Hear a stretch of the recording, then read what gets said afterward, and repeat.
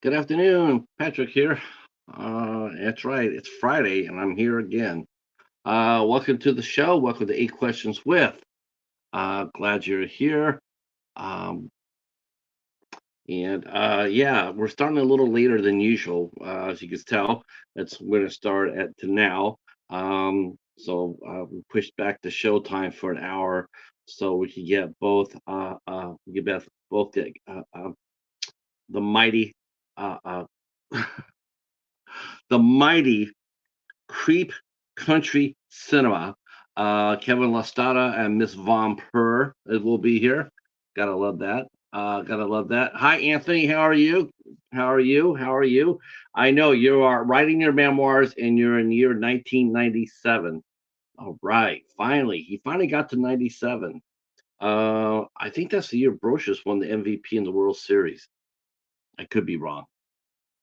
So yes, we will be here, and we're going to be talking about this couple, Miss Von Purr and Kevin Lestata. I actually met Creep Country Cinema when me and the horror miser Monty G, we were asked to partake of the Oscars, and I saw uh, uh, Creep Country Cinema on there, and I said, yes, I want to go talk to those people because they are really, really fun. And so I reached out and asked them, and they were very gracious enough to sit there and say they would come and hang out with us. Um, Plus, any friends of Danny Nightmare and Gory B movie, well, we're going to be outstanding people. All right. I want to thank everybody who came out last night to support the show with Christy Adams from Nightmare Toys. Um, so we are going to be doing something. We get some things perking along here on the channel too. We got some things coming up here that is going to be fun to see unroll. Um, One quick program note: it looks like the Wonderful World Hallmark show will be both with me and Katie because Katie might have to work, so might be hosting that on Sunday, and of course on Sunday night at 8 o'clock we'll all be all rock and rolling over to Horror with Haas's channel, and we will be watching The Damned for the ISC Midnight Show, and that'll be next Sunday. All right, what's coming on the channel here, you ask? I'm glad you did, because we're closing out the week with Creep Country Cinema, and then we're going to come back next Tuesday on the 28th, and we're going to talk to another pair of filmmakers from Iowa, film director Jude Rollins and his partner Rebecca Harrelson will be here on the 28th.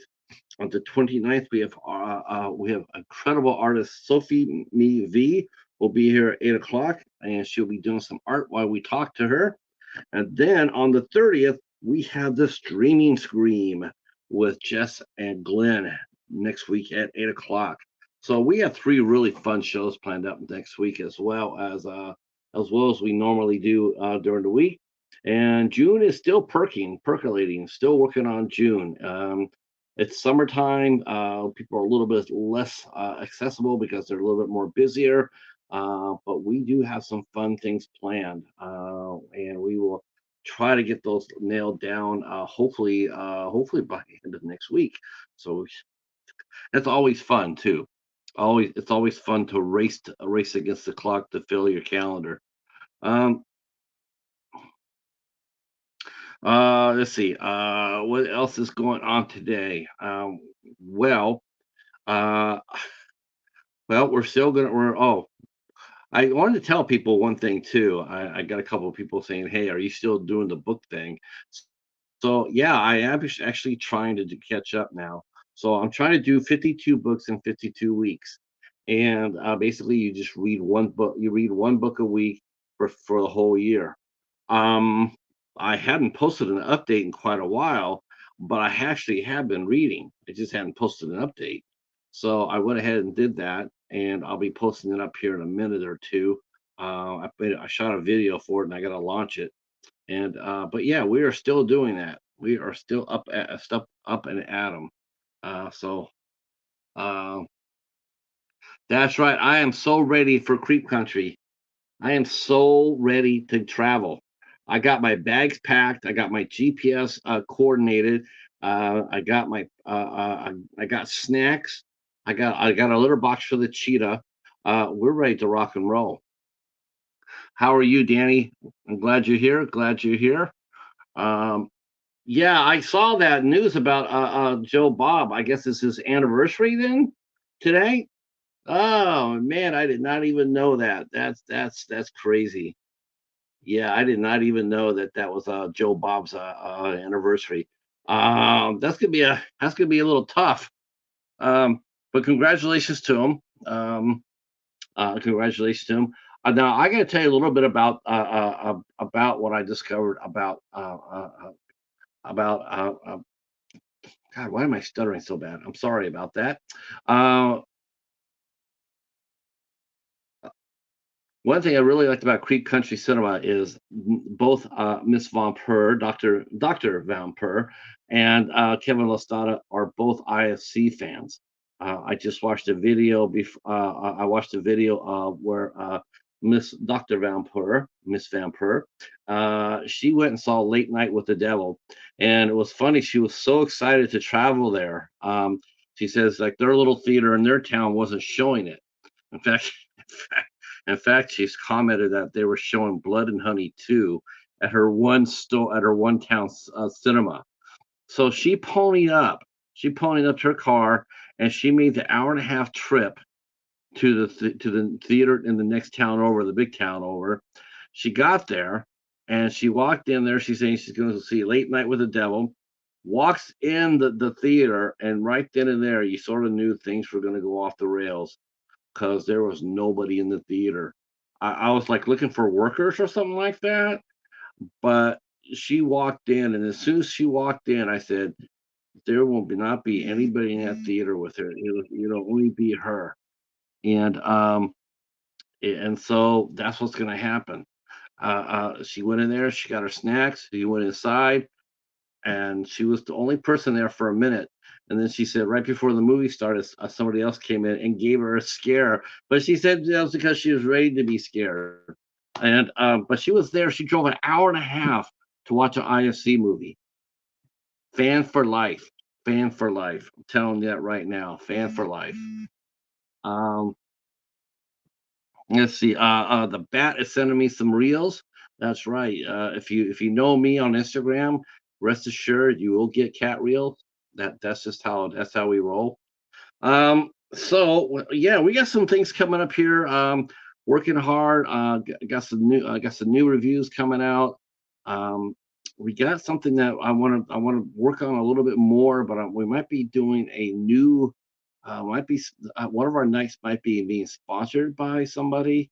Someone's who might be sponsoring a night with us, and we hope that's the case. And I hold on.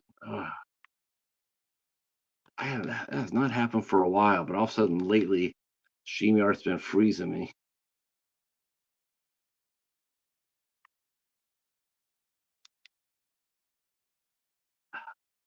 Come on, come on. Yeah, we might be getting a sponsor for a night on the show. We're still working on that. If it works out, we should make an announcement sometime in June. There's gonna be I know I am doing the second Polonia week. Oh, and I froze again. Oh, StreamYard. Good old StreamYard. Thank you so much for this. Hold on one second.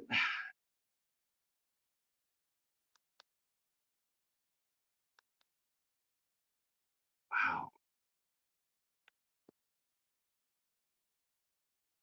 Okay. I don't know why it's deciding to do that. I haven't had that sort of action since I first started. Um, I posted, let me see if I can post this up here. I think I posted it up here, but let me go pin it on top of the roof here. So if you want to go to their Instagram page, you can go ahead and do that now. It is pinned up there, so you can go ahead and scroll up and go to their Instagram page and sign up.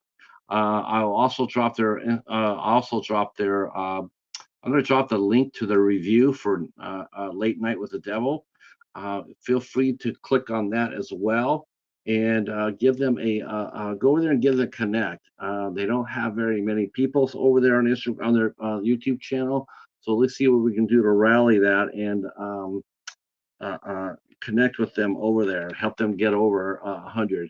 They're only at 34. I'm hoping we can get a few heads over there before the night is over.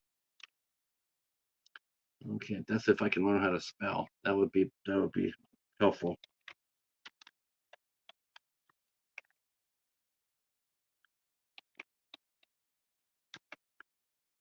Okay.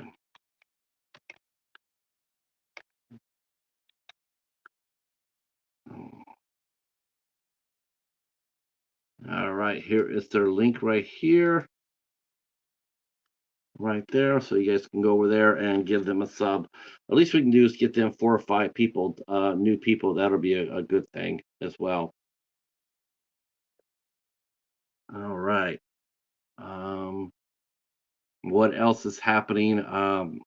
Well, that's a good question. Who's going to the theater this weekend? This is gonna be interesting weekend. I guess 2 movies are coming out. Well, I mean, The Strangers Part One came out last weekend, and it was a little rough for them. It didn't do that well. Um, I'm a little a lot of the complaints I had about it from I heard from people about it that it wasn't the directing. That the direction was good. But what people were sort of bummed out about was that they repeated basically the first movie, not like scene for scene per se, but they did sort of repeat the first movie, and and thank God for some of these fans too, because a lot of fans started saying one thing that I wish more fans would say, and that is call people out when they do stupid shit on screen, like running in the woods and tripping over nothing, or like, okay, I just heard a monster coming from behind me. I'm gonna put my car in there and go drive and see what it's about. Stupid stuff like that. Like someone commented about in The Strangers Part One is that they had a creepy encounter with somebody knocking at their door at 1 o'clock. And then the boyfriend at 1:30 says, I'm going to go and get some food. I'm going to leave you here while I do that after we just had something really creepy happen. And, fans are not stupid. They really are not that stupid. And screenwriters, I don't know what they think about. You sort of wonder, like, don't they? Isn't there anybody to look at over a script and go like, we could clean this up a little bit. I mean, like we know that they're the ones being harassed, being chased, being stalked or whatever, but we still can make them intelligent. We can still make them so because you really want to pull for these people. All right, the doorbell has rang, so I'll probably continue my rant though. Hello, Hello. hello. Hello. Hello. Okay, Oh, hold on. I'm so happy you guys dressed up. I was so hoping for it. Welcome, welcome, welcome to Eight Questions with. Um, I had just climbed on my soapbox a little bit. First of all I gotta say is I knew I was gonna adore you guys when you made an hour and a half trip to go see an IFC movie. As soon as I saw that, I said, "That's the friends for life." It Uh, was totally worth it. I know. You know what? I can't wait for that movie to hit. As far as the physical media goes, I definitely will be getting that one. Um, Too. IFC, it's really weird. Is that IFC does a? It seems like every time they put a movie out with the word devil in it, or that movie does really, really well, or it stays with people really, really well. I mean, it just there's something about the word devil, not Satan per se, but the devil for some reason that triggers people, and I think it scares them. I think it's a really good way to get people interested because it's, one of those words immediately people have a reaction as soon as they hear devil or Satan or evil. And they're like, ooh, I want to know about this. So I was intrigued. As soon as I heard the premise for Late Night with the Devil, I knew it was going to be a fascinating film. So I was really stoked for it. But as I mentioned in our video, yeah, it didn't come to our little cinema here in Peterborough. So we did have to make the trek, but it was worthwhile. And what was the movie again playing in your town? Oh. So it was Blood and Honey 2, the second Winnie the Pooh horror movie. And as I said, I don't want to be a horror hater. I love seeing horror in the theaters. So that's great. I'm glad to see it showing up. But I was like, really? You got Yeah, I mean, I love horror too, but if it's down to like one screen and I have a chance to watch, Late Night with the Devil or Blood and Honey 2, I'm not hating on horror either. But see you later, Winnie the Pooh. You've had your 100 years. You had your 100 years. It's time to get Jack his hour and a half. Right? exactly. That's how I look at it. No, I was sitting there going like, that's the movie that they got stuck with Blood and Honey too. Okay, but I will say this in defense of that movie, I did hear that it is light years ahead of the first one. We heard that too. And so we're in Canada, and we get just a little bit different content on some of our streaming services. Like even our Shudder is just a little bit different than American Shudder. Yeah, we don't get Screenbox either. No, we don't get Screenbox. Wish we did. So we haven't actually even got to see the first Winnie the Pooh horror movie because it hasn't come on anything yet, and I don't even think it was in our theater here. We got the sequel, the first one. So we want to give it a chance. We will give it a chance, but absolutely. Yeah, I definitely was still more excited about Late Night with the Devil. I'm curious about the second one. I saw pictures from the first one, and I just it was just like they must have been like it was almost like a 48-hour film challenge. They're all standing around looking at their clock, going like public domain now, and then they all just ran there to be the first movie made, and it's just like it shows like here comes Winnie the Pooh with human hands. It's like, oh, Jesus Christ. It's like you couldn't afford to go out there and buy a pair of Mickey Mouse gloves or nothing like that, or but that's low budget film, right? Yeah. I was talking about this, and let me ask you about this. So, Strangers Part 1 came out last weekend.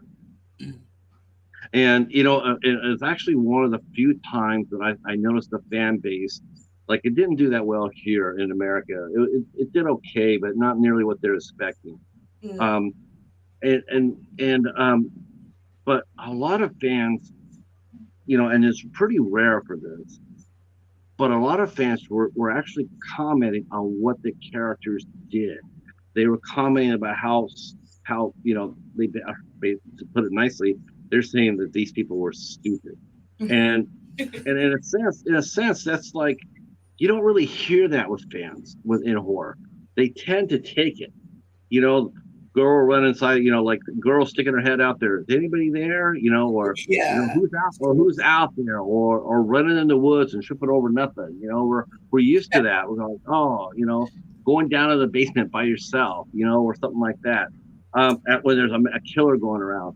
But the fans of this movie, the people who went and watched this movie, they called out the script writing. They said, yeah, this is not these people were doing stupid things. And what happened was it seemed to take a lot of people out of the movie. Now, have you run across that as movie lovers yourself, horror lovers? Have you ever watched a movie where they have done something so illogical that you're just going there like, you just shake your head and go like, I'm out? I'm trying to think if there was something recently that I've seen people making decisions. You're like, nobody would make that decision ever. Like, can you think of anything? Well, I feel like I don't even remember if it was actually mentioned in the first Jeepers Creepers, but I feel like they touch on this, the idea that there's always that moment where the character does something that we wouldn't expect them to do, and it totally like puts all the rest of the narrative and the plot into motion. And I feel like that happens in so many movies where I'm just like, why are they doing that thing that they're doing? And one of my favorite call outs to this, obviously, is in the very first Scream film when Nev Campbell is complaining about, I'm running up the stairs instead of calling 911. And of course, she gets stuck and can't get her front door open, so ends up running up the stairs. And I think this is such a great use of that trope, sort of making fun of it, but that meta nature of the Scream film, sort of calling it out, but still using it. So I think, yeah, as horror fans, we kind of want that. If they don't make the bad decision, we're not going to get a film. The end. It's just like they get away. They called the cops. It was over. I still think you can be intelligent and still have a really effective scare. I mean, you can have your cake and eat it too. But for me, the one movie that the biggest complaint that I have is A Quiet Place. Oh man, I have such a hard time getting through that because you just couldn't believe all the stupidity that they made. I mean, you didn't feel sorry for them at all. You go like, this is the dumbest family ever, and go aliens, go aliens. They deserve everything they get. Because they were just so clueless, and it's just like, and it's just hard to stay in there for me, to stay in the movie and stay with them because you want to have suspense. You're supposed to suspend your belief and everything, but that only goes so far. After that, like leaving your kid behind you, when you make a noise, instead of having them up there and safe, it's just like, oh, just bad parenting. And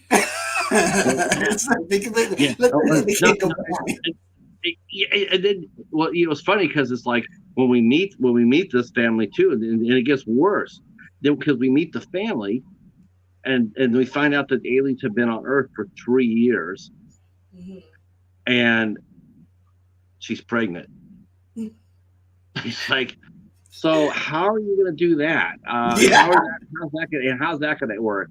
The birth and the baby crying and the terrible tooth. How's that going to work out for you? It's like you would think that probably the last thing you do is just, hey, honey, want to get frisky? Hell no.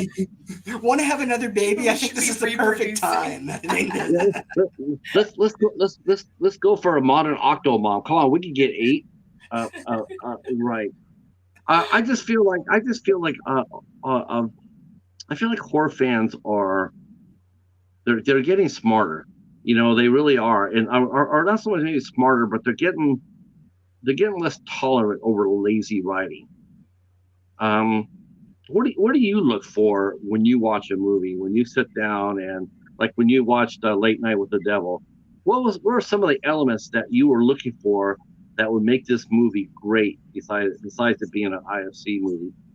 Oh, characters for me, it's definitely characters like the way that David Dashmalchian played the character. I mean, I totally bought that he was a late night talk show host. There was just something about it. It was just that really pulls me into the story. And if I'm right in the story because of that character, I could be on the edge of my seat. And I think that he really helped do that. Yeah. I always kind of joke that I have sort of like boxes that movies, if they are ticking enough of those boxes, I'm going to be really, really excited about that. And it's kind of funny because I feel like I wear my movie preferences on my sleeve and people know this about me. So I actually teach at a university and I had one of my students come in really, really excited a couple weeks before Late Night with the Devil came out, telling me there's a movie coming out and it's right up your alley. I know you're going to love this movie. And as soon as she starts describing it, I'm like, it's Late Night with the Devil. And I knew exactly what she was talking about because there were just certain elements to that. So the idea of liveness, this I find absolutely fascinating. I mean, I believe we're live right now, aren't we? Yeah, that's how we are live. Yes, anything could happen, right? That's what made Saturday Night Live so exciting. So, that concept of this kind of dangerousness of live TV, I thought that made Late Night with the Devil really an exciting premise.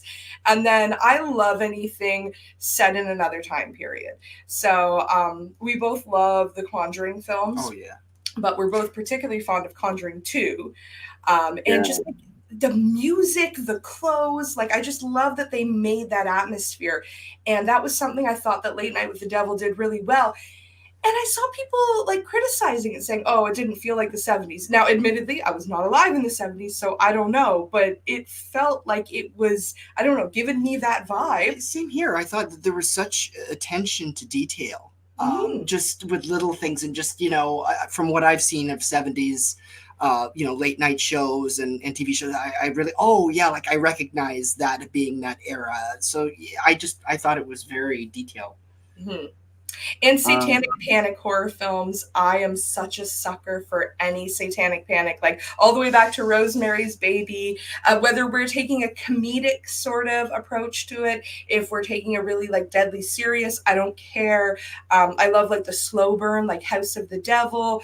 But I love the really like over the top, like satanic panic, or We Summon the Darkness. So I think that it's, yeah, bringing in all of these elements. As soon as I start checking off these boxes, I'm like, that's a film I'm excited about.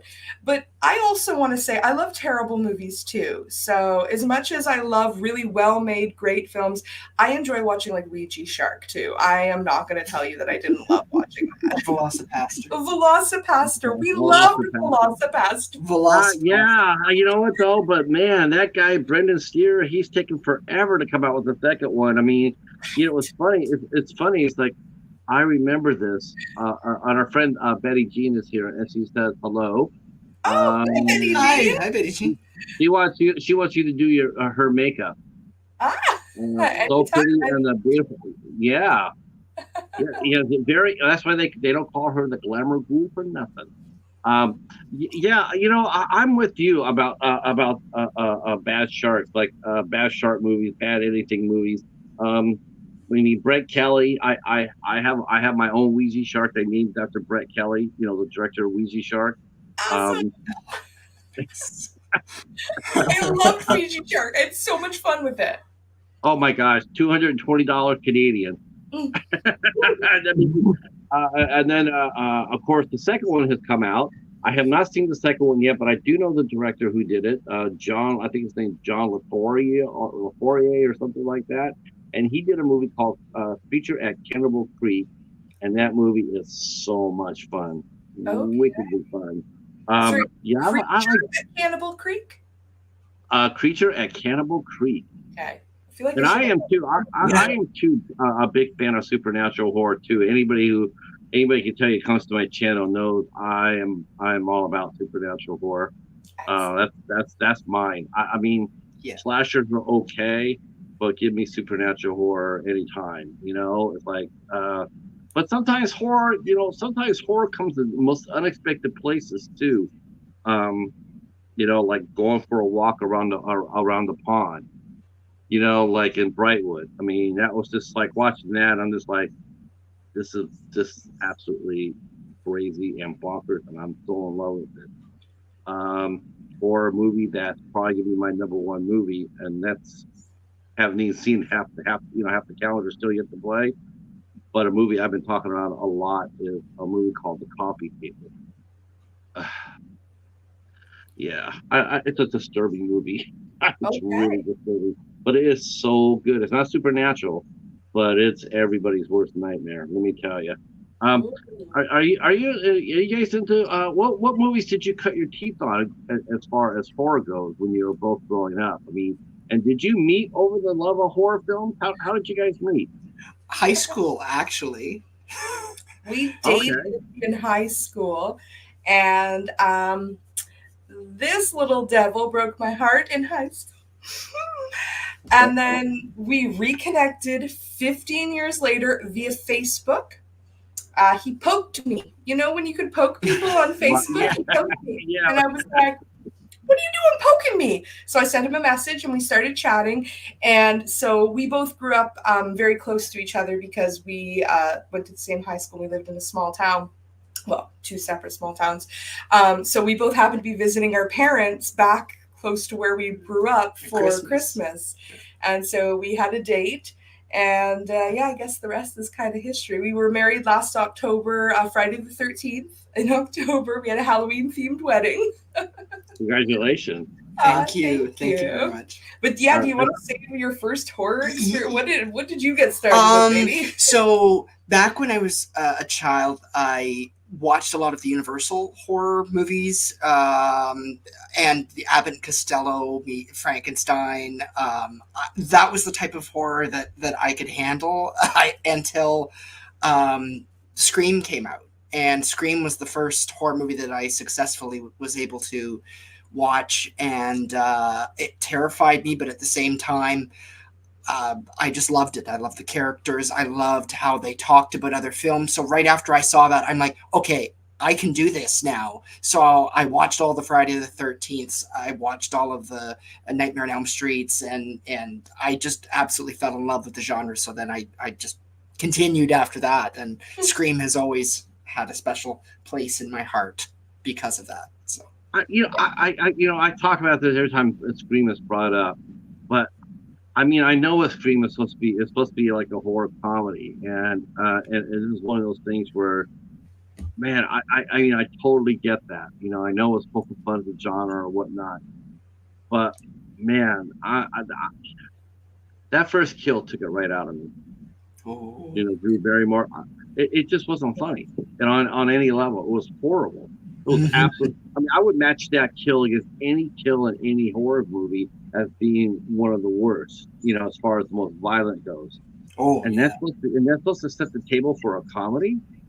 Yeah. I don't know how it terrified me. It absolutely. I had it was me and my best friend, and we were sitting in the dark. We had this on VHS, and we're watching this opening scene. And I was not watching horror films. I couldn't.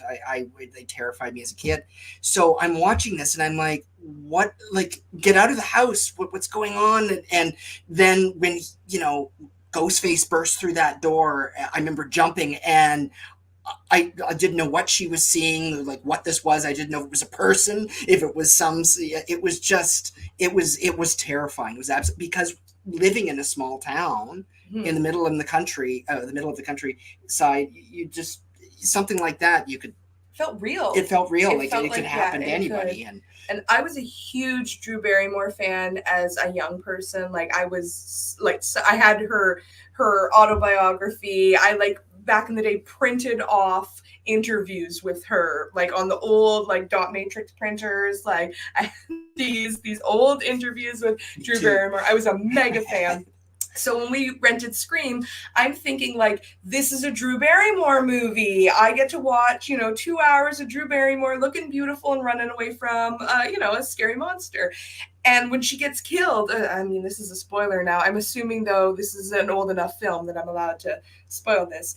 When she gets killed in the first, 13 minutes, oh, I didn't know if I could go on. I remember being like, should I just stop this movie now? I don't know if I can keep watching this, because the person that I love is dead, and I'm not ready for what's about to happen. Although that garage door scene messed me up, because we had a garage door. It didn't have a doggy door in it, but we had a garage door.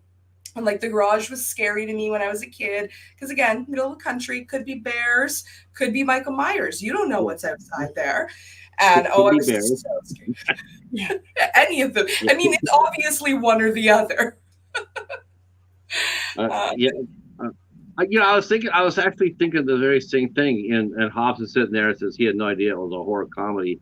But it was supposed to be. I mean, look at Jamie Kennedy. He was going around dropping off the tropes of the movie. Don't do that. Matthew Lillard and Pete Ulrich. At the last scene where they're in the kitchen and they're stabbing each other. I mean, that's straight slapstick right there. That's slapstick. It's like, like I'm getting a little woozy here. People when they said that, when he said that in there, people were dying. When Henry Winkler's principal got killed, people were laughing. I mean, a lot of people were laughing at the movie, but Mhm. but they weren't necessarily laughing at all during the first scene. The first scene, it took a while to recover the audience from when I Mhm. saw it. Um, and I saw the garage door open, and I'm going like, okay, so she's trying to get through a cat door. Okay, honestly, that's just that exactly. I laughed. I won't lie to you. I laughed at that because I'm thinking, who does that? It's a cat door. If it's a dog door, maybe. Um, but I'm just saying it. But the first scene though, if it had just been just a little, if it had just been, I don't know, a little bit more quicker, a little bit, different cuts. Then you Mm. keep that element. You can have your cake and eat it too. You can be scary and still be funny, but I mean, a lot of people like it's like for me too. I just saw that scene and I'm just like, yeah, that was brutal. Mhm. That was really brutal. I was like, wow. I mean, I know she asked to be killed for the first scene. Because wouldn't it be great if I got killed in the first scene? I understand that, but just the way it happened, it's a Oh yeah. teenage girl. It's a teenage girl. Hmm. It's fun. It's just I don't know. I mean, I'm no prude. I mean, I just got done watching. Like I said, I got done watching The Coffee Table, and I dare say I'll put that movie up against anyone as far as it being the most scariest movie I've seen. That movie it'll blow you away. It's I'm gonna be like really. taking notes here of movie recommendations Yes, as we go along. We love movie But recommendations. you know what, Doing Canada, you guys have a really. You guys have so many great filmmakers up there. Now, how close are you to Edmonton? Oh, nowhere near. no, no, that We was are, yeah, that's the West Coast. We're way over on the East Coast. We're in Ontario near Toronto. So we basically want to think we're Americans. Oh, We're like the lowest part of yeah. Canada. We're America Light. uh, uh, there's a lot of great filmmakers, a lot of horror filmmakers up there in Canada. Just tremendous skills. Who are some of your favorite homegrown film directors and actors? Who do you go to see certain people, or some certain your favorites? When you hear they got a new movie out, will you go see it when it comes out? If it is, who are they? The Saska sisters. Yeah, they're a big one for me. Jen and Sylvia Soska, the Twisted Twins. So they did American Mary is probably their biggest film, but they've done many, and anything that they make, I am always on board. I was lucky enough to get to interview them for my dissertation, so that was a really fun experience. And I don't know, I feel like they're sort of breaking ground for women and Canadian filmmakers and like all these sort of niche contributions that are being made to the industry. I feel like the Soska sisters represent a lot of that. So that's really exciting. Yvonka Kukovac, she is the former editor in chief of Rumor magazine, and she's worked with Guillermo del Toro, and she's starting to make her own films as well. And she helped create XX, not to be confused with X, part of the Pearl and Maxine storyline. It was an anthology film, and it was all created by Canadian female horror directors, and so they're all just sort of short films within this anthology piece. And we actually got to go to the premiere of that in Toronto and ask questions, and it's really exciting. There's something electric about that film community. Uh, is it a big film community? I mean, do you go to a lot of events? Do people know who you are? Do they invite you to come out? And because what is exactly Creek Country? Is it a podcast? Is it a zine? Is it YouTube, Instagram, everything above? I mean, what is your mission? It's a state of mind, I'd say. You definitely.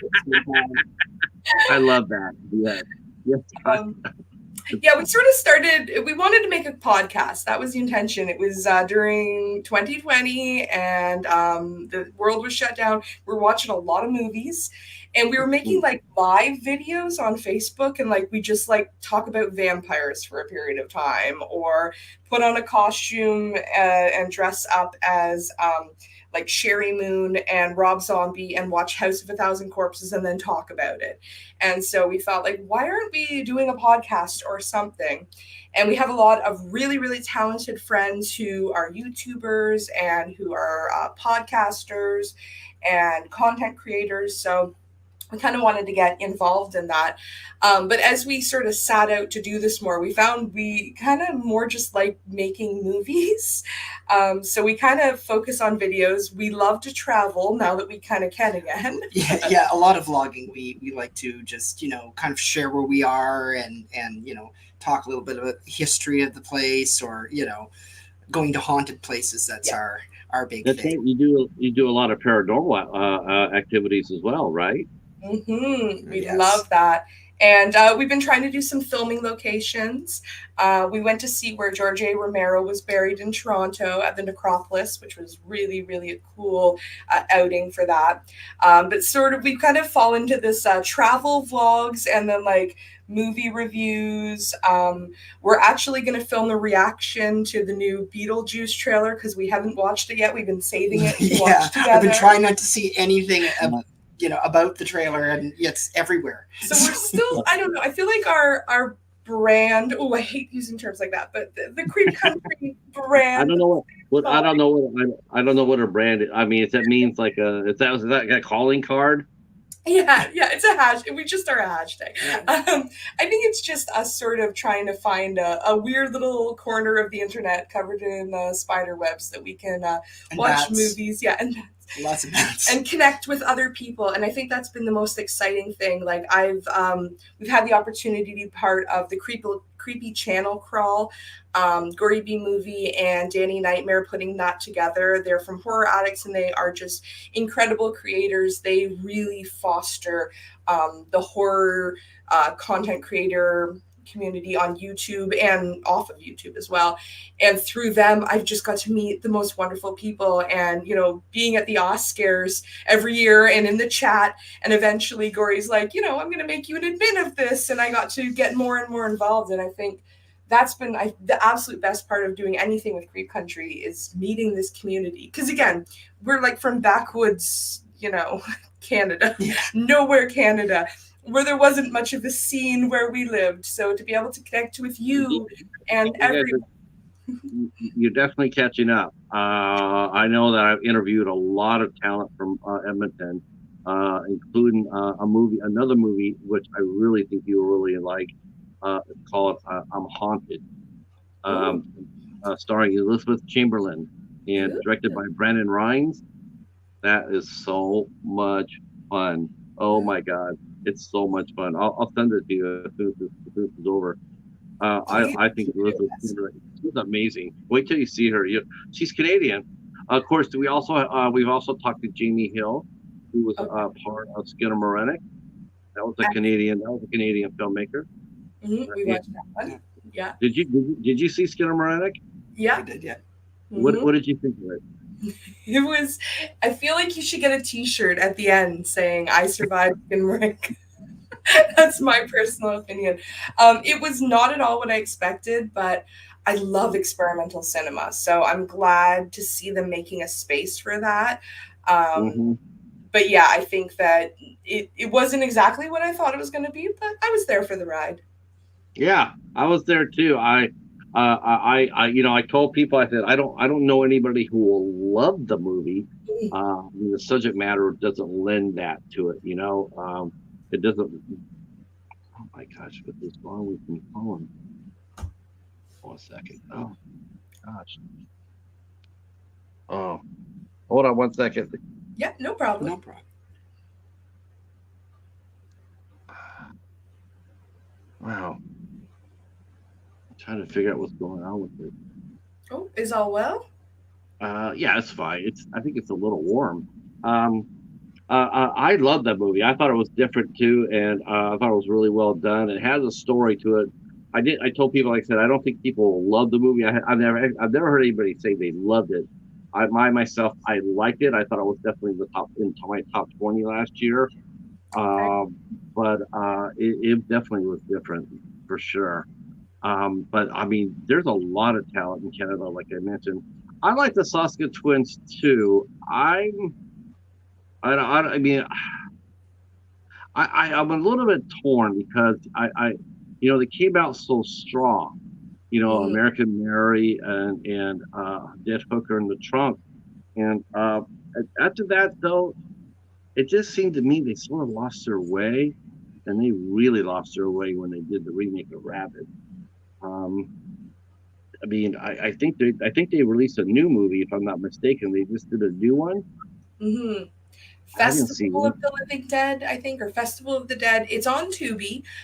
It's Yeah. on our list. Yeah, it's on It's our on list. our to watch list. Our long list, our Yes. ever growing list. Yes.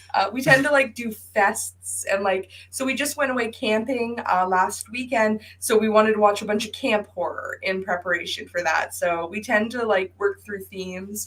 But yeah, we have not got to watch Festival of the Dead or Festival of Living Dead, which is the new Saska, but it is available on Tubi if anyone wants to give it a shot.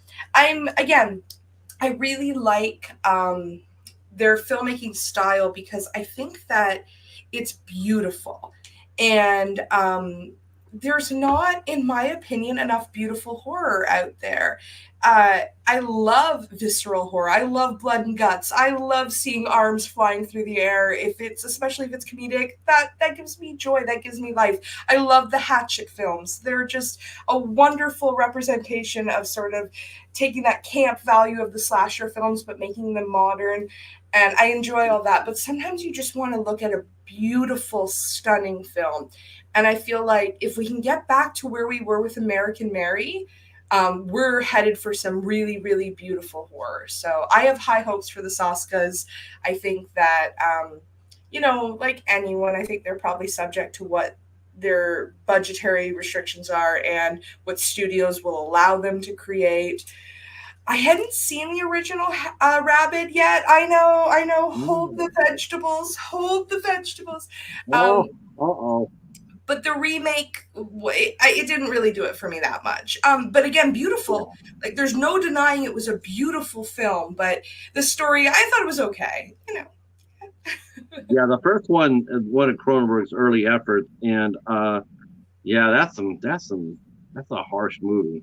I Mm, mean, it's really sad. Actually, okay. it's a tragedy. I don't Okay. more of a horror film. It's a tragedy. Mm, You're sitting there and you're like, man, that person didn't deserve that. Have you ever watched a movie that a horror movie that you watched a character, like Drew Barrymore's character in Scream? Like you watch that and you go like, man, they did not deserve that. Like that's just. You ever watched it? You ever had a character where you sat there and said, I like this movie, but man, oh man, you know, that's just not right. Danny Or Danny or Trejo. is everything or is everything fair game?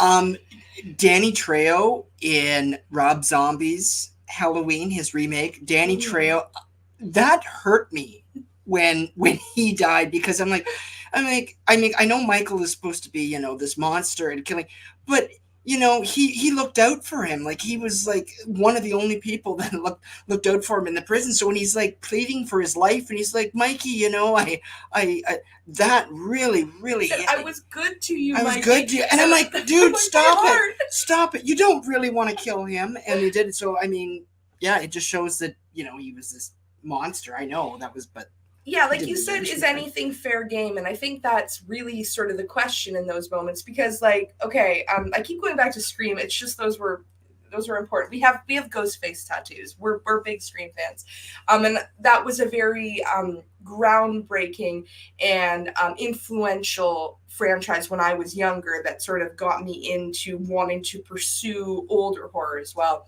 And Randy, like you were saying, he was giving us the rules, and he was like my beacon, the one that I was going to follow through the Scream films, and he dies Oh, so yeah. quick into. Right. And I remember being, oh come on, but they have to do that, like you said. We need Yeah. those stakes. We need the odds. no one is allowed to survive.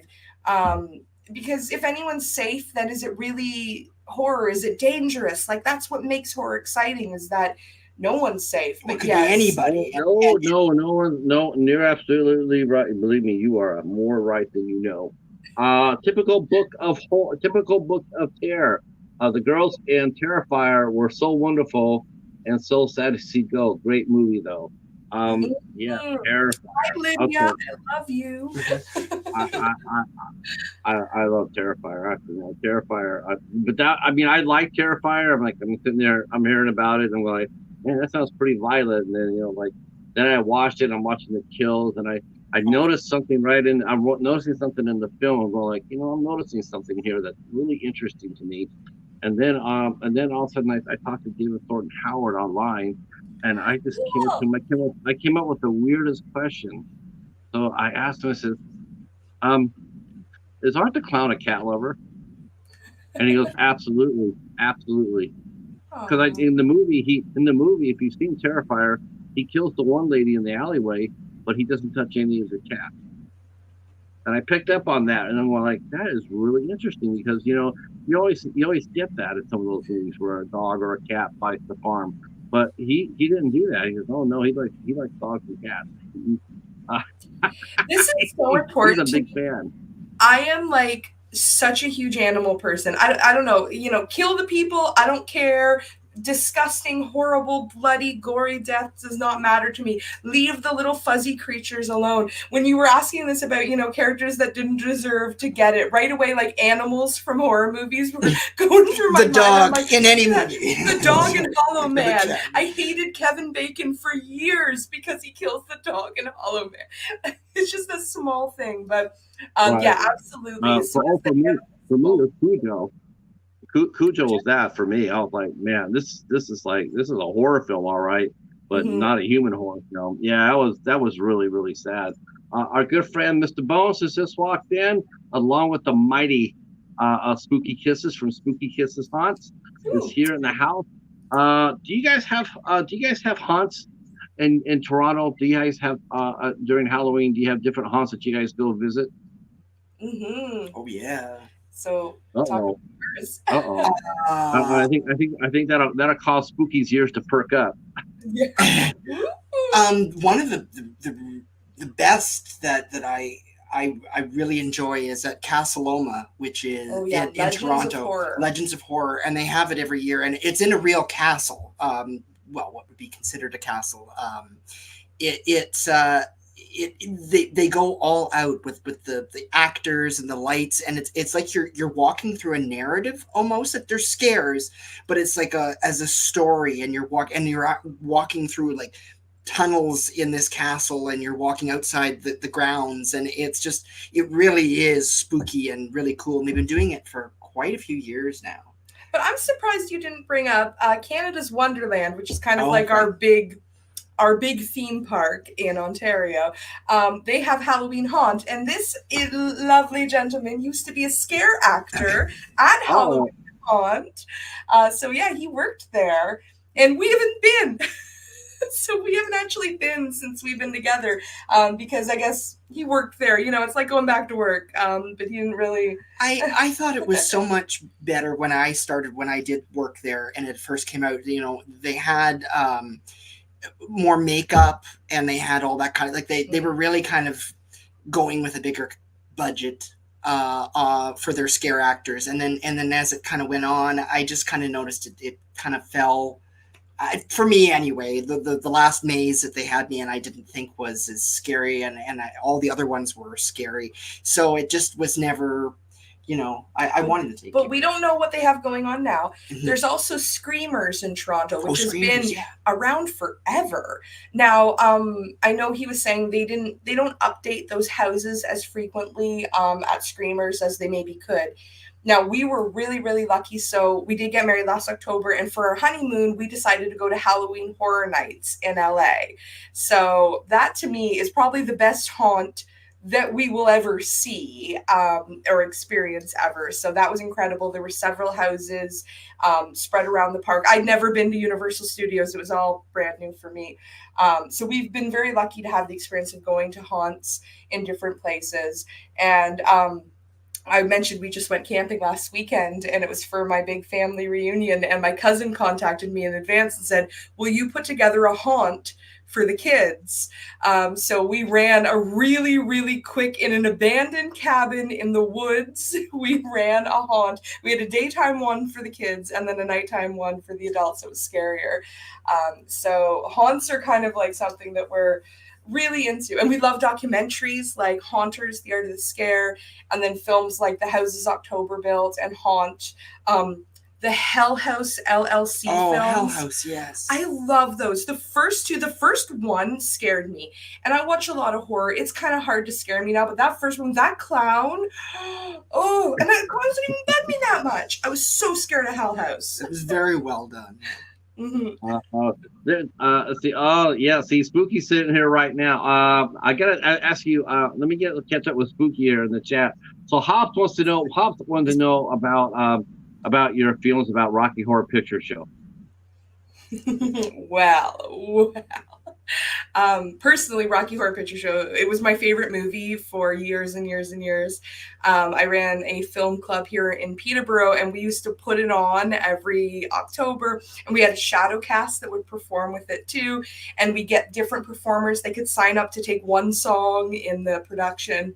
Absolutely obsessed with the Rocky Horror Picture Show. Now, of course, I'm talking about the original, that remake that came on television. Well, we're not going to say too much about that. No, I forgot about that. I didn't even remember they did that until right now. So Rocky Horror Picture Show, big thumbs up. Let's see. And then Spooky mentions that, hello everyone. I saw what the two look like. I had to jump in. Thank you so much. So Spooky and her husband, they're based on the East Coast of the United States. And what they do is they travel on the haunts on the East Coast and film it for a TV series. So they're working on their second season right now. The first season you can find on Tubi. It's called Spooky Kisses Haunts. And let me tell you, there's nothing better than to have a hostess who gets scared. That's perfect entertainment. So they go around and they go visit all these different cool ass haunts. And then they film it and they put it up, and you can check out some interviews I've done. I've got a couple of interviews I did with Spooky. She's terrific. Cool. Terrific. That sounds like so much fun. Yes. Oh my gosh. She wants to go out west. She wants to go. He says, I want to film there Halloween Horror Night. I would love to see that. It was so cool. And I like that they change it every year. So we were like waiting with bated breath to find out what houses would be announced. There was a Chucky house. There was a Stranger Things house that we enjoyed. We like Stranger Things, but to me, it's more sci-fi fantasy than horror.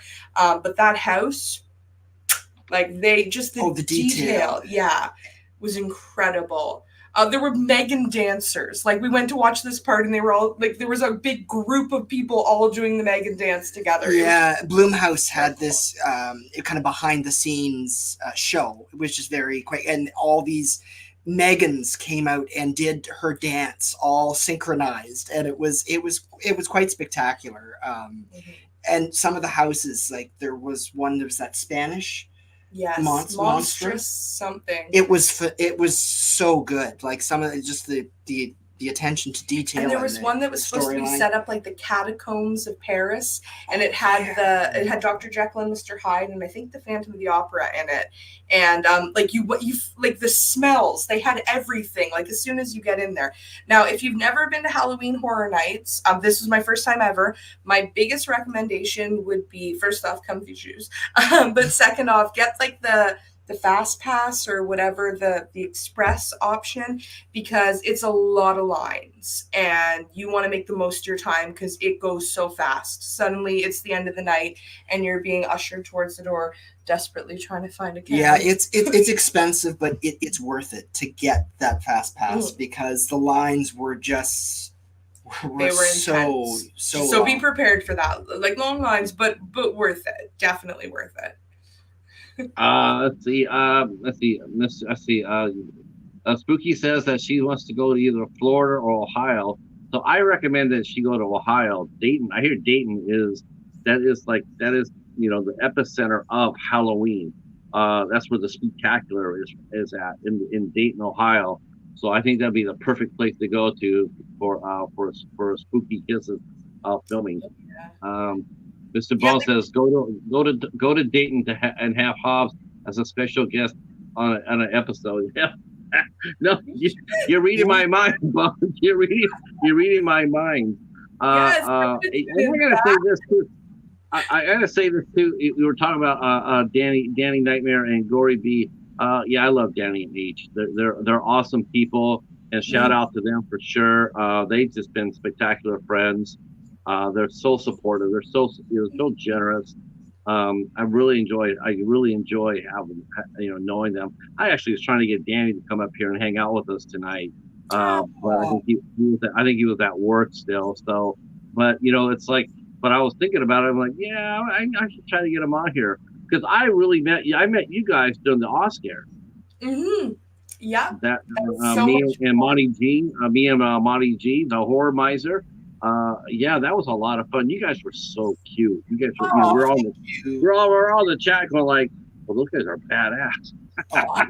thank you. We were so we have been watching the Oscar. Well, that was I think before you and I yeah, were and she together. introduced me to the Oscars. But I always was watching the Oscars every year, like I said, in that chat, just nonstop. And when the Horror Addicts invited us to present an award this year, I was like calling my mom. I'm like, oh my God, it's the biggest honor of my life. I get to present an Oscar. I was so excited. I cannot tell you. So yeah, we rented out a room at a Sadler House, which is like a community house here.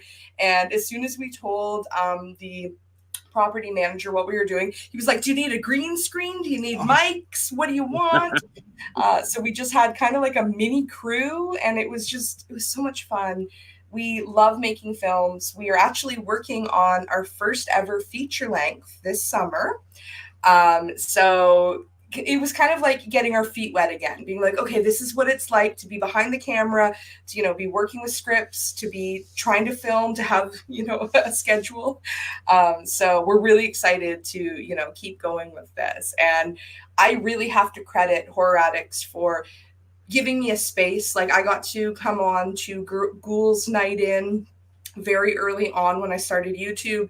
And Gory gave me an opportunity before anyone else did. She really she's responsible. Gory, this is your fault. She gave me space when I didn't have the space. So I'm really just so thankful for what they do. We're just so lucky to have this amazing, like we call it a horror family, and it really is. When we go, we love horror cons, and whenever we go to the local ones, like it feels like summer camp. Oh yeah, you see a lot of the same vendors, the same people. Oh hey, and you may have not seen each other for like a year or whatever, but you all come back together, and it's. Oh yeah. Yeah, as soon as you see a vendor or something like that, I got that same feeling whenever I work with bands. Sometimes bands would come play my venue once a year, but when they came by, they come through the door, it was just yesterday. You just saw them yesterday. So I get that. Let's see, back to the chat because the chat is flying. Spooky says, I want to have Hobbs on the show. Hell to the yes. You got to have the king of the spectacular. Do it. Yes. And then everything, you guys are cute and adorable, and so cute and so adorable, for sure. Thank you. You guys are so you guys are awesome. Are you kidding me? So tell us a little bit about your film. Have you ever made a movie before? Have you ever done a short before? Was what you did for the Oscars? Was that your filming debut? So, I actually, when I was doing my undergrad, took a couple of film courses and ended up going to film school. So, I have a, lot of short films, all 8 millimeter and 16 millimeter. I was like, the original physical media is the only way to go. I've definitely dropped that attitude and will be working digitally now.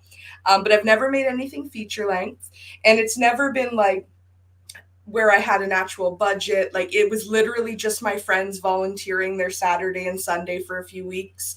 And we would get together. We would ask like a coffee shop if we can film out front of their place or out in the back alley behind them, bribing people with a couple of drinks and a pizza to hold the light all day. Or I'll never forget trying to change the film for a 16 millimeter camera in my beat up car and having members of the crew holding like their coats over the windows because it was supposed to be dark where you were changing your.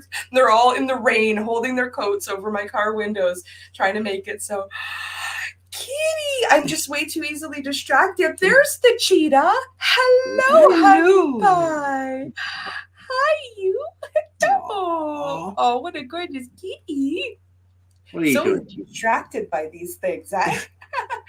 Yeah, So yeah. yeah, you don't get to see cheetahs very often on a stream. No, you're so cute. Yeah, and that's it. That's all. Yeah, I'll be in my yeah. trailer if you need me. Now he'll go back to attacking my feet.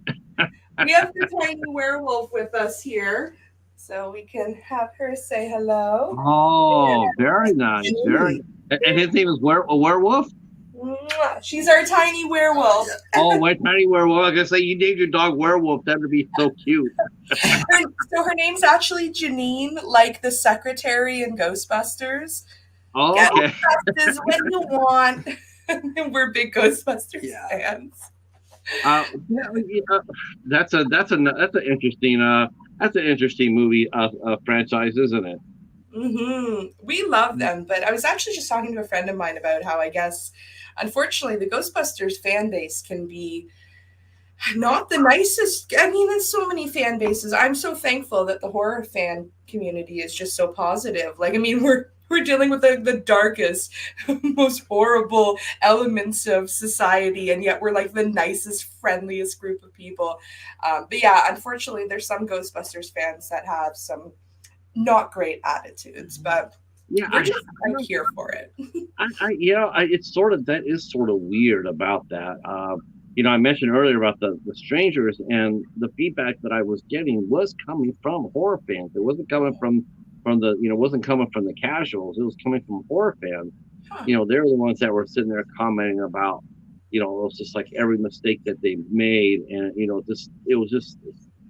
wasn't ringing true for them. It's like, okay, like what guy would really do what he, the main guy, main character, he does something that you would never think that anybody would do in a normal life, and yet he does it, and everybody's sitting there watching the movie, and again, what happens, I think, what happens for a lot of people is they get taken out of it. They're in there and they're vested in the story, and they're there watching it. But when you see something like that, it just jars you, and you go like, then you start looking at the movie through a different set of eyes. Like, why did he do that? Why did they write it like that? I mean, like I said, I didn't hear anybody complain about the directing of the movie or the casting of the movie. I just heard about certain things that they were required to do. Isn't that interesting? That's where the criticism is sort of, on motivations and character behavior. And like you said, it's often, this acting was poor, or this was poor direction, or production values were low. But this is, we didn't like the story. Yeah, I didn't hear that. I didn't. I'll be honest with you. I did not hear that when this movie. I heard that everybody was, the acting was good, and Randy Harlan is, I know some people were bringing up some of his past movies, but you know what? I'll die in that hill. Everybody pokes fun about Randy Harlan, and they always poke fun of it about Cutthroat Island, but I'll die in that hill because that movie was hella fun. Cutthroat Island. That's been so long since I've seen. I'm trying to remember Cutthroat Island. Yeah, because I remember it got so much. I remember when that movie came out, and it was just like being lambasted and everything like that. But if a movie's a lot of fun, and you enjoy it, it's entertaining. It's like just go with it. Just roll Yeah. with it. Some things Mhm. are not meant to be taken as seriously as people take it, and it's just like, and sometimes it's tongue in cheek, but maybe that wasn't the intention. But when it is, it's sometimes you just roll with it. I feel like some people almost go into films, and I understand if you're a reviewer, but like wanting to be critical, like looking for what's wrong with it. And we are Mhm. just like mega fans in general. Like I go into every movie hoping it's going to be amazing, hoping I'm going to love every Sure. moment of it. I have a good attitude. The only time that I don't is if when somebody I actually genuinely agree with tells me that they didn't like something, and even that I take with a grain of salt because, again, I have the most ridiculous tastes. This is like a point of contention with several of my friends because they'd be like, "How could you recommend this movie Oh, to me?" Friday the Yeah, 13th. Friday the We have a 13th friend. Part 3. I love Friday the 13th. That disco track at the beginning gets me in the mood when you got the yo-yo coming at your face. But I can realistically, objectively watch that and be like, I can see why someone would hate this. I love it, but I can see why someone else would be like, this is Yeah, awful. man. Yeah, you can't hate on that intro, man. The intro's dope right there, man. You can put that out there today and rock out to it. Uh, Woo! see, Mr. Bones is sitting there. Let's see. Mr. Bones says, has she been on Freaky Girls Live with Gory and Laura? Have you done a live with Gory yet? Only Ghouls Night In, not whatever. If that might be the new series she's doing now. I haven't been on that yet. Every time I talk to Gory, we're like, "Hey, let's do something," and then we haven't in a little bit. So Yeah. hopefully, I think they just moved, if I'm not mistaken. yeah, they're Oh very yeah. busy. Like those are two insanely busy people outside of like the life on the internet, and Right. then with the internet, I can't believe all the stuff that they're able to do. So like goals, absolute goals. Let's see. Spooky says, cute doggy. Yeah, I agree. I agree. Thank Let's see, Mr. Bone says, from what he's heard, Strangers is a scene for scene remake of the original. We didn't need because we already had that story, and they changed the famous line because you were home to because you're here. Uh, you. um, yeah, I think just heard the part about the about some of the things they did, and they changed it up in the second movie, and they made things this like this. I can't really say anything because I want to ruin it, but I just heard that there was just things about the movie that were just people were shaking their head at, like no normal person would do that or say that, and that that took it out. I think Randy Harlan has an idea, has a vision for it. I think he did the first one sort of like the first one, and then the second one he's going to advance it, and then he's going to advance it again. And it's going to be very interesting to see what he does with it. Yeah, I'm I, I, curious I just about hope I progression. just I just hope they don't hang on to it and release it once every year because that won't work. I think it should be releasing the next part like at Halloween and the next part after that maybe in February. Get it out there. Let people get it. Let's see. Memories is here. Hello, Memories. How are you? And Dom Zombie is here. That's right. Meow meow. Hoot. That's right. In the cat house. That's right. Mal. Hi, Christy. How are you? How are you? Let's see. Christy says, can confirm Glamour Ghoul has some electric lashes. Hell yeah. And glad you guys are all here. Glad you guys are all here. Yeah, now as far as movies go, let's go back to your movie that you're making. Now, have you ever done any screenwriting? Have you ever done anything like this? When you're filming, are you going to have someone else write your story for you? So I took a screenwriting course, a really short one, when I was in high school, actually, and we studied Apocalypse Now. That was like our film that we were studying to learn how to write scripts. But so for the film that I am making, I am telling people it's like Blair Witch meets Harry and the Hendersons. So it is a found footage film about a group of friends that go into the woods looking for the local legend of Bigfoot and what they find. So it's I have a script, and I've already kind of told my cast members this, that there is a script, but all I really want them to do is get that information out.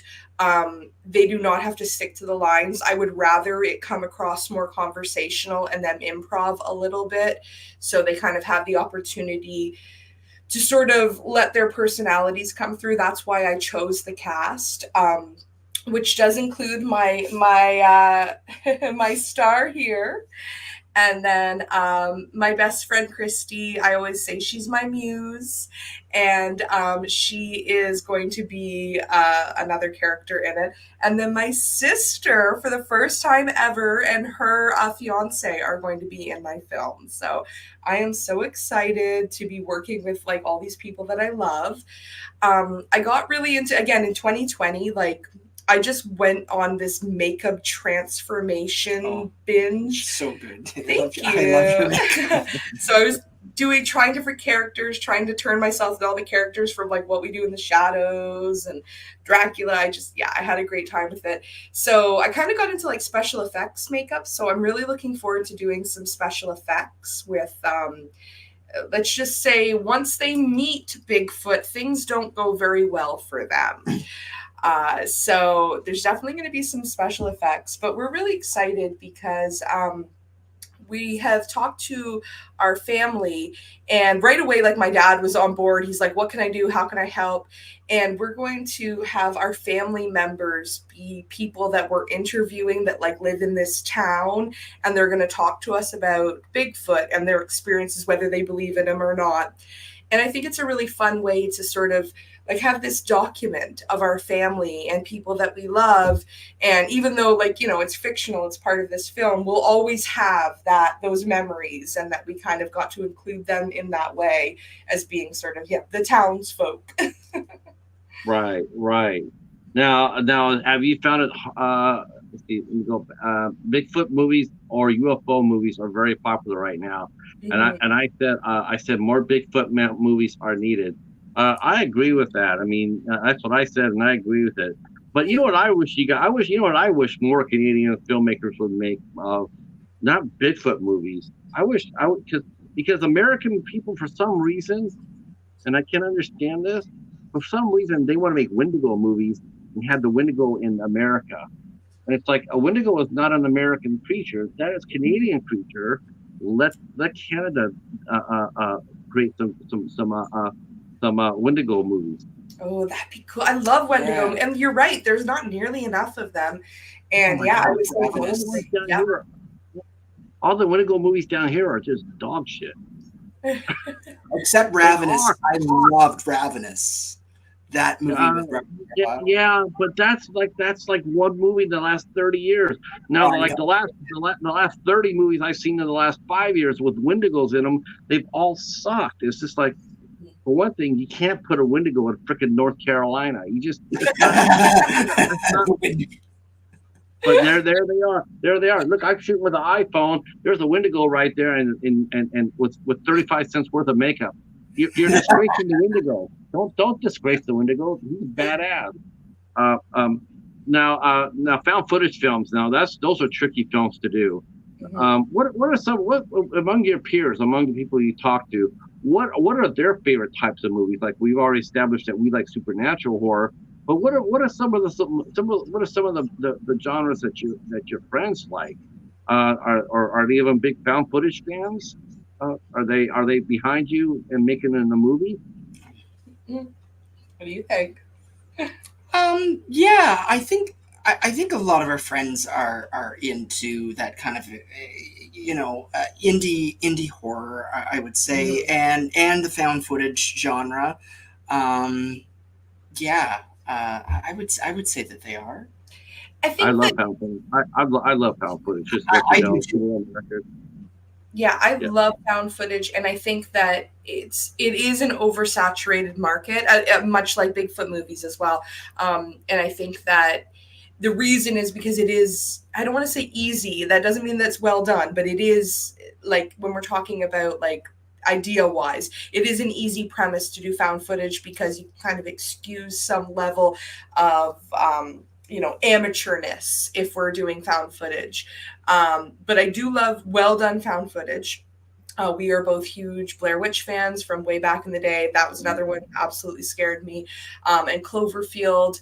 And Oh, I like collect found footage films. I think that it is, again, yeah, oversaturated, but if it can be done well, I think that it works. As far as like my friends, I think that we have so much diversity in what people like. This is something that I've been like studying with my academic work, and I've looked at like gendered differences, like what men versus women prefer when they're looking for different types of films, and what rate really high and which ones rate lower. But like I have friends, I believe typical Lydia was here. I'm not sure if she's still here, but she does not like horror comedy, and that's like kind of a line for her. She likes her horror scary, and personally, I love horror comedy, and this is a fun little thing that we kind of, we'll argue about a little bit because we both have such different tastes. But I know that if she recommends a movie to me, I'm probably gonna love it because I feel like her tastes align very well with mine. But Lydia, like, she loves the blood and guts and gore, and I feel like so many of my female friends that watch horror, like, they do love the supernatural, and I love that too, but I also love blood and guts. So like I'm just happy with any of it. And I think like you have friends for different occasions. You're like, this is the friend I'm gonna take for the horror comedy. This is the friend I'm gonna take for the really nasty remake of the guinea pig film. Like this is the one I'm going to take for the musical version of Evil Dead, which we really need to have come out as a movie already. I'm sick of waiting. Come on, give us Evil Dead, the musical on DVD. Yeah, they've got all other Come on. info, like I'll wait for Evil Dead in space. the Deadites go to space. That'll be next. Fight Uber Jason.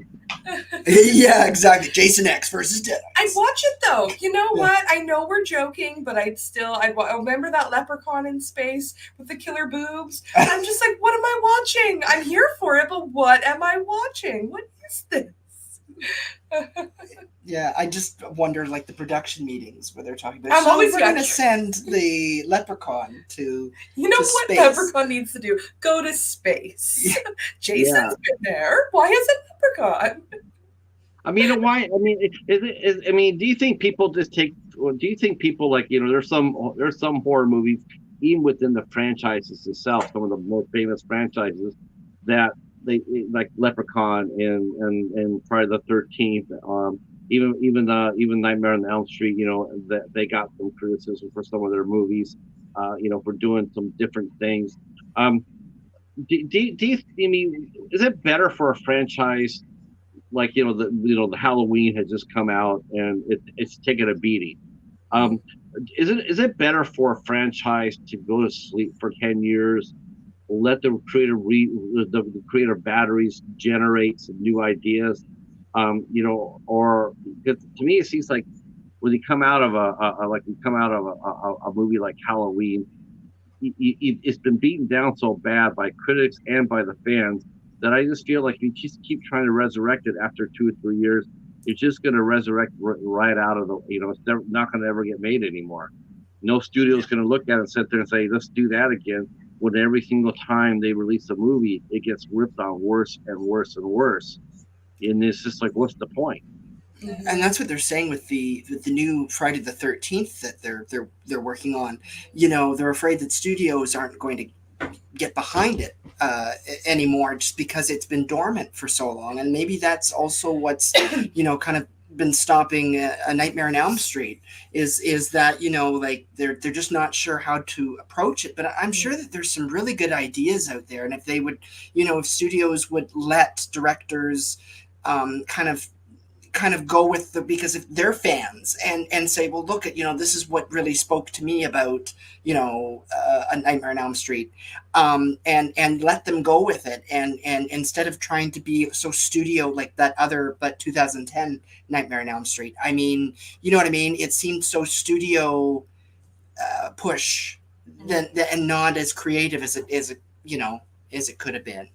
Yeah, I think that we play it too safe. I think this is my big problem with horror. I want more danger. Bring us the danger. I love Halloween's, and I was like the only person in the world that loved the last Halloween movie. I know, Not I'm the only sure one. it was me and one other person in the entire universe.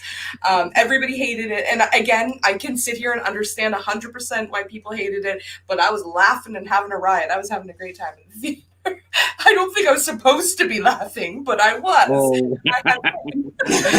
I yeah, was that's a sure sign right there that your movie's gone off the rails.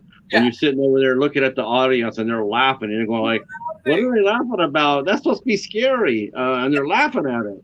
That's the thing though, we just spend so much time now. I feel like, okay, let's remake this franchise, let's reboot this franchise. I want to see us taking more chances on new directors, more chances on putting people of color behind the camera and in front of the camera, Yeah, giving Jordan Peele. stories. Like you were talking about the Wendigo, like I would love to see some indigenous filmmakers really tackle this. Like I wouldn't feel comfortable making a Wendigo film right now because I don't know enough about that lore and that history. I have a amateur interest in it, but not enough to know it. I would love to see someone who grew up hearing those stories and say, I'm going to make a really frightening Wendigo film that would scare the shit out of me. Oh, pardon me. Am I allowed to curse? Oh yeah, hell yeah. That would scare the shiz out of me as a young person. I want to see us take more chances. Let's stop recycling the same content. Let's stop remaking and rebooting the same films and do something different. Let's try something new. If it sucks, we can always go back. We can always make another Nightmare on Elm Street, and I would watch Right. it. I'm still here for it. Yeah, I agree. I agree. I don't. There's room out there. There's room out there for both remakes, reboots, and original. Mhm. My thing is though, too. My thing though is a lot of these studios. And this is something that's been gnawing at me as of late. A lot of times, a director will come out with a hot movie. Whether the director for Skinner Moretti, he came out. Of course, the first a lot of first time directors, Josh Trank, Keith Thomas, those two directors more than anybody else. Um, they come out, they come out with a great film, first film, and then the studio will go out there and grab them and then turn around and put them. It's like someone who's just got their learner's permit to drive a car. They Yeah. took their mom, they took their mom's minivan, they took it around the block, got their license, and then as soon as they get out, someone's over there saying, "Here's a Lamborghini. Have fun." And it's like, yes, they can drive. They got their permit, but are you really going to give them a Lamborghini to have them drive that? I mean, don't you need to have some more experience first? More maturity. I mean, basically get some depth. A lot of filmmakers, it seems like these days, they come out and they have a hot first film, and next thing you know, they're being tapped for the next big thing. We're gonna tap this guy to remake a major motion picture. We're gonna tap this guy to carry our franchise and our reboot. And they crash and they burn, and then you sit there and then you hold your breath, hoping that they get another chance at all. yeah, And not just hoping they get a chance. Maybe they have to go back down to the indie level, but can they go back to the indie level and still raise enough money to get them to company and make another movie after the one that they made for the studio didn't do so well? Yeah. mhm. Are we sacrificing a lot of these young directors for nothing because they're out in the creative desert? Absolutely. Like I again want to give people chances, but maybe we don't need to give them franchises and be like, okay, just make another cookie cutter one of this film. Like, didn't we love them because they made something new? They brought something new to the genre. Let's see what else they can do. Like I know, and I'm like the most amateur filmmaker. I have so many ideas of movies that I want to make, but obviously I don't have the production value to be able to do that. So I'm going to make what's within my means now. But if I did really well and I have that money, then I would want to make the next thing that interests me, not be like, oh, I'm getting tapped by the studio to make this. And that's now I'm, going to be successful at that. That doesn't mean you're going to be good at it. Just because you had one great film in horror, maybe you will be an amazing Western director. I'm looking at you, John Carpenter. Yeah, John. It's all he ever wanted to make was westerns. Was Westerns. And then Like, I Oh think my that God, he just dropped some music. He's making some music with his son, and he just dropped a noir video. It's an instrumental, and it's a homage to a noir film. So badass. oh, I love that. wow. Yeah, like exactly. We and I mean, poor John Carpenter. I love him to death, but he felt pigeonholed by the horror genre, right? Like he was like, oh, I have to keep making horror. And I think that we need to again give people freedom. And I mean, I love horror, but let people make sci-fi horror. Let people make fantasy films. Like we just love movies in general. Yes, horror is my favorite, but I'm here for just about every genre of movie except for rom-coms. What about rom So, com? Yes, rom-coms. no rom coms. Now that's the real horror, isn't it? It's so scary. It's so formulaic. Why do these people like each other? Yeah, I gotta admit, it's it could be pretty painful. So what's next as far as you guys? Now I've told people and we dropped your link down below. We'll drop it again. We'll drop your YouTube channel. Now you're getting your YouTube channel up and running, right? Mm-hmm. We're working on So that. We're trying to get more views. And now, so as I mentioned, we did get married last year and I took a bunch of footage. So I'm going to make a little series. Now, I don't know how many people that will appeal to, but I wanted to make a little series of like how we planned our spooky wedding. So we're going to have some videos on that. I am a huge, ridiculously enormous Addams Family fan. Like I'm talking Charles Addams original comic all the way to modern animation ones. So I want to do a whole series about Addams Family and like rank all the Addams Family characters, rank all the movies. Will anyone watch that? I don't know, but I'm making it because I love it. And I think that that's going to be a really fun series I plan to work on this summer. So keep your eye out for that. And more travel vlogs. We're going to go to the filming locations for It Chapter 2. And they're making Welcome to Derry in Port Hope right now, which is the same place where they filmed It Chapter 1 and 2. So we're going to do an It filming location and then maybe see if we can scope out some of the sets and what they have going on there. We're also talking about doing a Schitt's Creek filming location, which again is not horror, but if anyone knows, it's like this kind of. It was a, Groundhog Day. it's, Wasn't it like Groundhog Day? Like they repeated every day? it's like a comedy series that was on like Canadian television. Eugene Levy and Catherine O'Hara and Dan Levy are all in it, and it's like a really rich family that suddenly is broke and have to move to a small town. But it all Oh, got filmed in a small town near where we live, so we thought we'd just go and check the filming locations. Again, not horror, but maybe our horror people will also be willing to watch. We should do oh, things. I'm sure they will. I'm sure they will. I dropped the link I dropped the link there. I'm sure we'll get a few people over there and hit that sub button. Hit the like button. Watch the video. There's a video of the link I just dropped there. Is a video of the review of Late Night with the Devil, which I know you guys all love. Spoiler, loved it. That's right. They all love Late Night with the Devil. It is time for us to hit our ending because I did say I would try to keep you at 90, and I have. But I do want to say thank you so much. We got to do this again. Now, Yeah. have you filmed your movie yet, or is that something that's still going in progress, or have you started it yet? Nope, we have not started it. June 22nd, we start with principal photography. Ooh, I sound so official. Principal photography will be starting on June 22nd. So, like Well, 5 years from now, maybe it'll be really. Hopefully so not. after you do your pickup, before you take it to post, let us know, and we'll have you come back and give us a update on what the filming was like. We'd love that. Patrick, thank you Thank so you. much. We were so excited to come and do this. We've been talking it up for so long, and we're just honored that you would have us on your show. This is just so Oh my wonderful. God. I Thank had to you. have you guys. That's what I thought. I was talking to Monty, I was talking to Monty afterwards, and I was talking to Danny, and we're like, those guys were they just stole the show, and they were so cute, and it's just, I want to talk to them.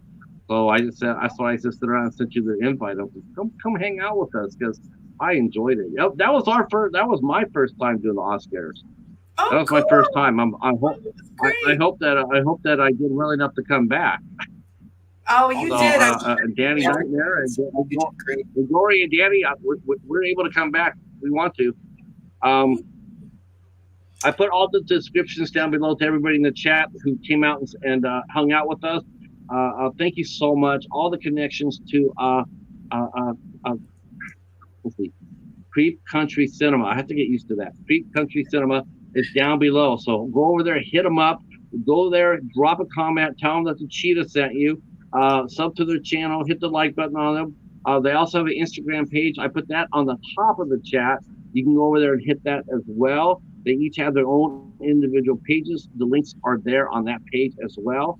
So yeah, bring it in, bring it in, bring it in. Next week, or tomorrow, I should say Sunday, there will be a programming change. It looks like we will be. Looks like the. I know I'm going to get a last for this one, but the Wonderful World of Hallmark will be shown at my channel at 4 o'clock on Sunday, and then I know we're doing Hallmark movies. But we do ours with a twist. What we do is we bring a Hallmark movie up, we talk about it, and then afterwards we go to the cast, and then we connect their history to the horror history. Cool. It Oh, works. that's It works. So I mean, they're not all just rom com stars. A lot of people have deep history in horror. Um, and then of course at 8 o'clock, the ISC midnight show is on a Sunday night at 8 o'clock, and we'll be over a horror with Haas's channel and talking about the Dam, which absolutely looks phenomenal. Cannot wait to sink my teeth into that. And then next week we will be back with Jude Rollins and Rebecca Harrelson on Tuesday night. Um, that's it for us. I want to say thank you so much. Lemona, Demonia is up there. She will be doing her show at 11:30 p.m. If you're not subbed to her, please do so, and that way you can go ahead and find out when her new Friday night show kicks off, which is 11:30 p.m. If you two guys stay right there for a minute, I'm going to say thank you to the chat for all coming in. Thank you for your support. I really, really appreciate it. Without you guys, there is no show. And we will talk at you guys soon. Peace. Bye, Stay everybody. right where you're at. Come on.